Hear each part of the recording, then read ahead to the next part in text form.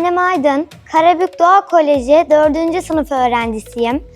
TEKNOFEST Mavi Vatan Resim Yarışması'nda Türkiye ikincisi oldum. TEKNOFEST Mavi Vatan Resim Yarışması'nda kazandığım ödül ile Gazze'deki eline hiç fırça almamış çocuklara ödülümü göndermek istiyorum. Ben anaokulundan beri Doğa Koleji'nde okuyorum. Resim öğretmenim zaten bize ana sınıfından beri resim teknikleri gösteriyordu. Ve bu sayede ben de bu resmi çizmiş oldum. Doğa Koleji'ne, anneme ve babama destekleri için teşekkür ediyorum. İyi ki doğalıyım.